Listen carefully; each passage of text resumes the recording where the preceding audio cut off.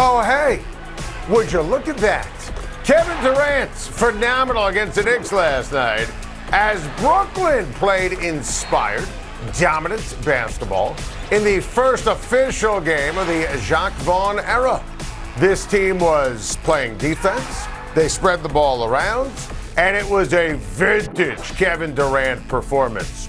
19th career triple-double. He did whatever he wanted to the hapless, pathetic Knicks. 29 points, 12 rebounds, 12 assists. That plus-minus of plus 32 was off the charts. And I just love what he did after the game, giving Jacque Vaughn the ball. And the Brooklyn Nets, obviously, are a clown show. They're the worst. They're an embarrassment on so many different levels. But they got it right with Jacque Vaughn, as opposed to Ime Udoka, and just how awful that would have been.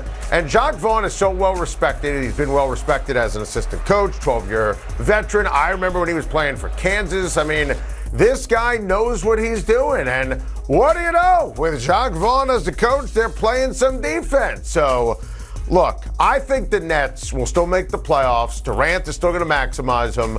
I think that not having Steve Nash or Kyrie Irving, obviously a big deal. Both were very detrimental to the cause. Then there's this, my Knicks. Oy vey. I mean, Tom Thibodeau's team, they don't know what's going on.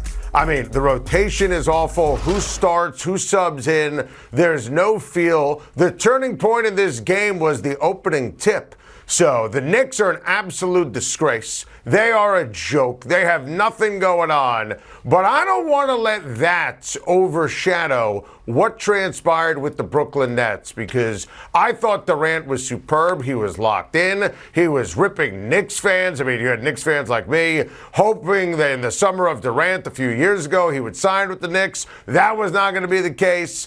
But it goes to show how important in the NBA, and people like to minimize the coach, how important it is to have a real coach who preaches defense and to eliminate all distractions. The Brooklyn Nets, because of Kevin Durant, finally, they've got it going on. LeBron James suffering an injury late in the latest Lakers loss to the Clippers last night, and things just keep going from bad to worse for the LA Lakers. And this is a mess. I watched almost all of this game, and you could tell LeBron was in some pain and in some agony, and honestly, I was in some pain and agony watching the Lakers in the third quarter. I mean, James is clearly not 100%, and he has missed so much time with the Lakers, and look, what do you expect? He's getting up there in years, and this, honestly, you look at LeBron and how he hasn't been available, the wins and losses with the Lakers. He's put this roster together.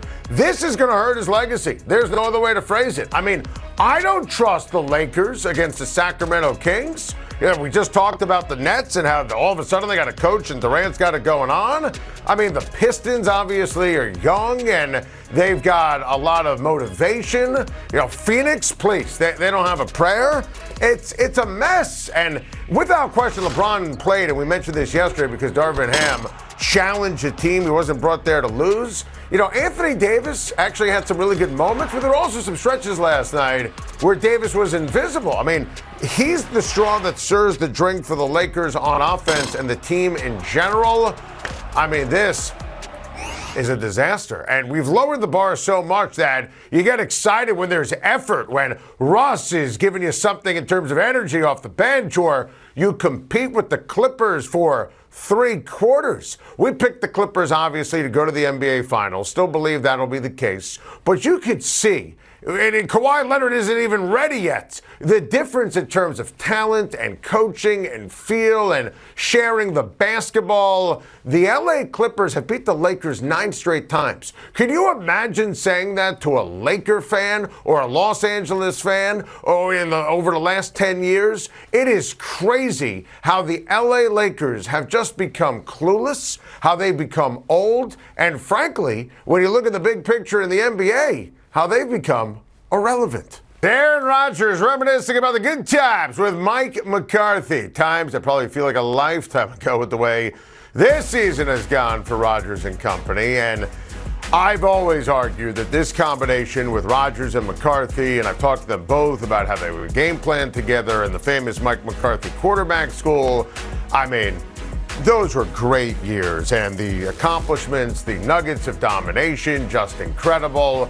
Look, they should have won more. You know, obviously you can go back to the Seattle championship game, and that was on McCarthy in terms of play calling, and then Bostic with the onside kick, but that was when they didn't have enough talent. You know, the late Ted Thompson, then Brian Gutekunst in terms of the receiver position. They absolutely maximize everything together with Mike McCarthy and Aaron Rodgers, and listen, this has been a disastrous season for Aaron Rodgers in every possible way.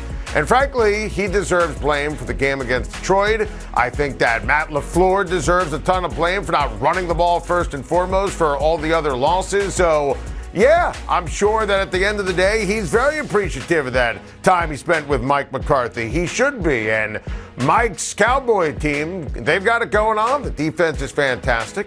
Obviously, the offensive line is great.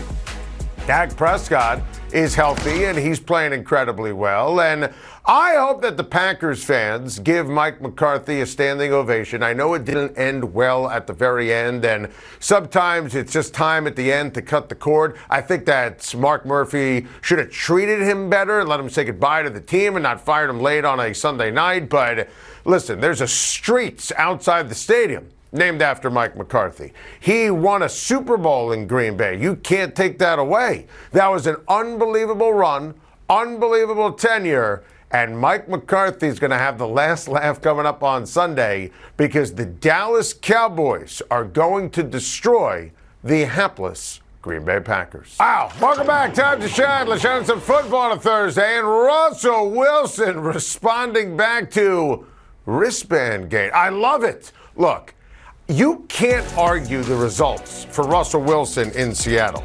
Now, obviously, Pete Carroll can't stand him.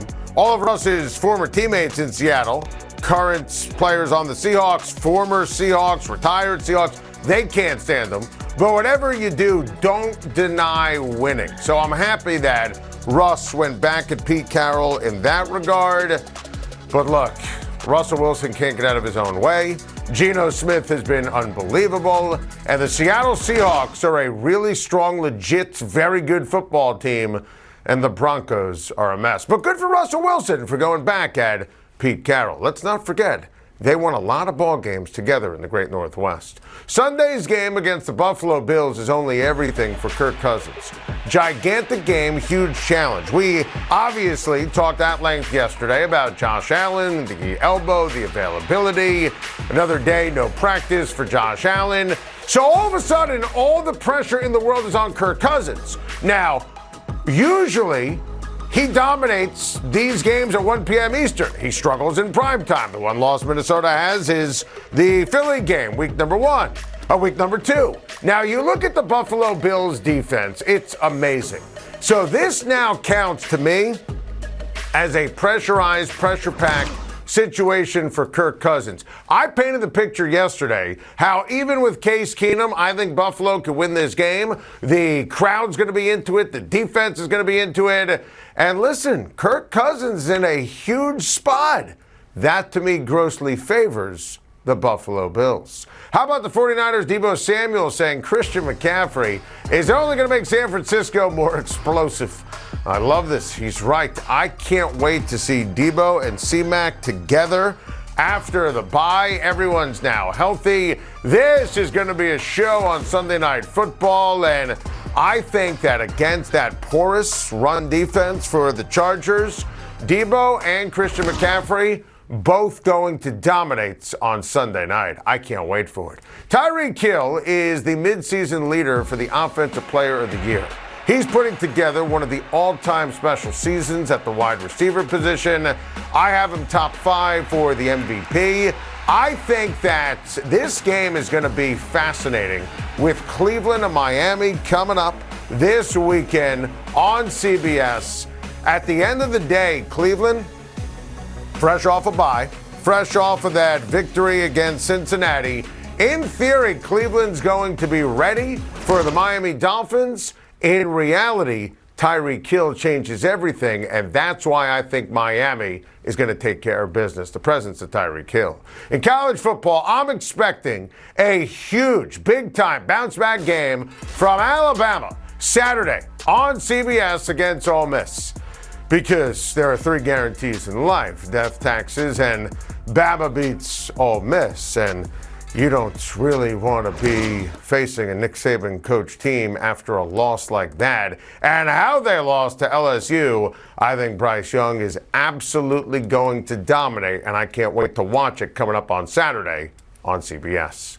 Thank you for watching. Please like and subscribe, and don't forget to hit the bell for more videos.